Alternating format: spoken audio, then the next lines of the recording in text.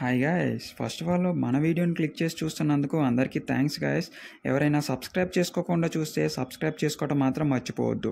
వీడియోలోకి వెళ్ళే ముందులా చిన్న విన్నపం గాయ్స్, మన టెలిగ్రామ్ గ్రూప్లో అమెజాన్, ఫ్లిప్కార్ట్, మింత్రా నుంచి 50-90% ఆఫ్ వచ్చే ప్రతి డీల్ని నేను అక్కడ పోస్ట్ చేస్తూ ఉంటాను.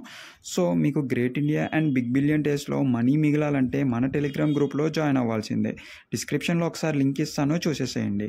మిరాయి మూవీ ఎంత పెద్ద హిట్ అయిందో మనందరికీ తెలిసిందే. దాని విజువల్స్ అండ్ స్టోరీ లైన్ కూడా చాలా బాగుందని అందరికీ టాక్.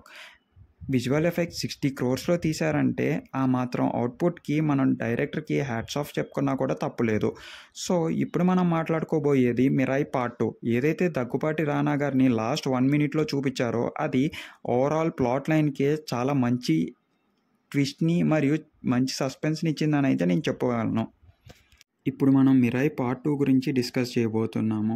ఏదైతే లాస్ట్ 30 seconds రానా గారి క్యారెక్టర్ గురించి చెప్పారో దాంతోపాటు మనం ఆ 9 గ్రంథాలను కూడా రెఫరెన్స్గా తీసుకొని ఈ స్టోరీని ప్రిడిక్ట్ చేయడానికి మన ప్రయత్నం చేద్దాము. 100% కరెక్ట్ ఉంటుందని అయితే నేనైతే చెప్పలేనులే, కానీ మ్యాక్సిమం కలిసే ఛాన్సెస్ అయితే ఉంటాయి. సో మన వీడియోని ఫుల్గా చూస్తారని కోరుకుంటూ స్టోరీని స్టార్ట్ చేస్తున్నాను. ఒకసారి మనం పార్ట్ 1 గురించి డిస్కషన్ చేస్తే దీనికి ఒక క్లారిటీ వస్తుంది.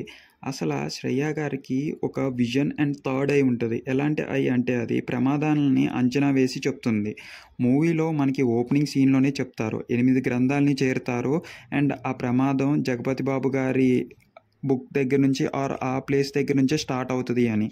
సో అలాగే మంచు మనోజ్ కూడా తయారయ్యి 8 గ్రంథాలని చేరుకుంటారు. బట్ 9వ గ్రంథాన్ని ఆపడానికి శ్రేయ గారు తన సొంత కొడుకునే అలా తయారు చేస్తారు. అండ్ తయారయ్యేటట్లు ప్రయత్నంలో అగస్త్యముని కూడా అదే ప్రయత్నంగా సాగుతూ ఉంటుంది. దీనికి రాముల వారు తోడవుతారు అండ్ రాముల వారి వెపన్ కూడా తోడవుతుంది. ఇది మెయిన్గా ప్లాట్ 1. అండ్ ఇందులో హైలైట్స్ ఏంటంటే ప్రజల్ని కాపాడటానికి శ్రేయ గారు తన ప్రాణాన్ని త్యాగం చేశారు. ఆ తర్వాత నేనే దేవుణ్ణి అవ్వాలి అనే ఒక విలన్ని మన హీరో ఎలాగా అంతం చేశాడో అండ్ ఆ బుక్స్ని ఎలా కాపాడుకున్నాడో అనేది సినిమా మొత్తం ఉంటుంది. సో ఈ స్టోరీ మధ్యలో విజువల్ ఎఫెక్ట్స్ మరియు విఎఫ్ఎక్స్ బాగుండటం వల్ల మూవీ ఈ మాత్రం హిట్ అయింది. అండ్ దీనికి వచ్చిన అవుట్పుట్ మరియు రెస్పాన్స్కి చాలామంది హ్యాపీగా ఫీల్ అవుతున్నారు. సో ఇంత తక్కువ బడ్జెట్స్లో ఇలాంటి అవుట్పుట్ తీసుకురాగలడు అని ఈ మూవీతోనే కాదు, ప్రీవియస్గా వచ్చిన హనుమాన్ మూవీతో కూడా ప్రూవ్ చేశారు. ఇలాంటి మూవీస్ రావడం వల్ల మన టాలీవుడ్లో బడ్జెట్ ఇష్యూస్ తక్కువ అయిపోయి ఎక్కువ మూవీస్ రావడానికి ఆస్కారం ఉంటుంది. ఇప్పుడు మనం పార్ట్ 2లో ఏం డిస్కస్ చేయాలంటే ఏదైతే 8 గ్రంథాలు మనోజ్ గారికి దొరికాయో ఆ 8 గ్రంథాలని దాచిపెట్టాలి. బట్ దాచిపెట్టడానికి ప్రతి ఒక్కరిని చంపేసి ఉంటాడు. అండ్ 9వ గ్రంథం కాపాడటానికి తేజ సజ్జా గారు ఒక్కళ్ళే ఉంటారు. అండ్ ఉండే మార్షల్ ఆర్ట్స్ హౌస్ కూడా తగలబెట్టేసి ఉంటుంది విలన్ అనేది. బట్ ఇప్పుడు ఏంటంటే వీళ్ళందరూ కొన్ని టీమ్స్ అనేవి మళ్ళీ ఫామ్ చేసి మళ్ళీ 8 బుక్స్ని దాచిపెట్టాలి. 9th బుక్ తేజ సజ్జా గారు కానీ లేకపోతే హీరోయిన్ కానీ దాచిపెట్టాలి. రానా దగ్గుపాటి గారికి ఒక స్పెషల్ పవర్ ఉంది. దేన్నైతే పట్టుకుంటారో అదంతా బంగారం అయిపోతుంది. ఇదంతా ఓకే, కానీ రానా గారు ఎలా తయారవుతారు విలన్ లాగా? అండ్ అసలు మంచు మనోజ్ గారికి రానా గారికి ఏదైనా కనెక్షన్ ఉంటుందా అనేది అయితే ముందుగా తేల్చుకోవాల్సిన విషయం. సో ఇలాంటి పవర్స్ వచ్చిన రానా గారికి ఎలాంటి బుక్ చేయికి దొరుకుండొచ్చు అండ్ ఎలాంటి బుక్స్ కోసం వెతుకుతున్నారు అనేది పాయింట్.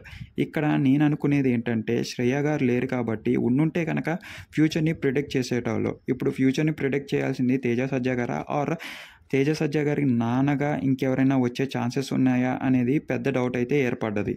ఇంకొక మెయిన్ అర్థం కాని పాయింట్ ఏంటంటే తేజ గారు ఆ 8 బుక్స్ని చదువుతారా లేదా ఆర్ చదవకుండా దాచిపెడతారని. ఇఫ్ చదివితే రానా గారి కన్నా ఎక్కువ పవర్సే ఉంటాయి కదా.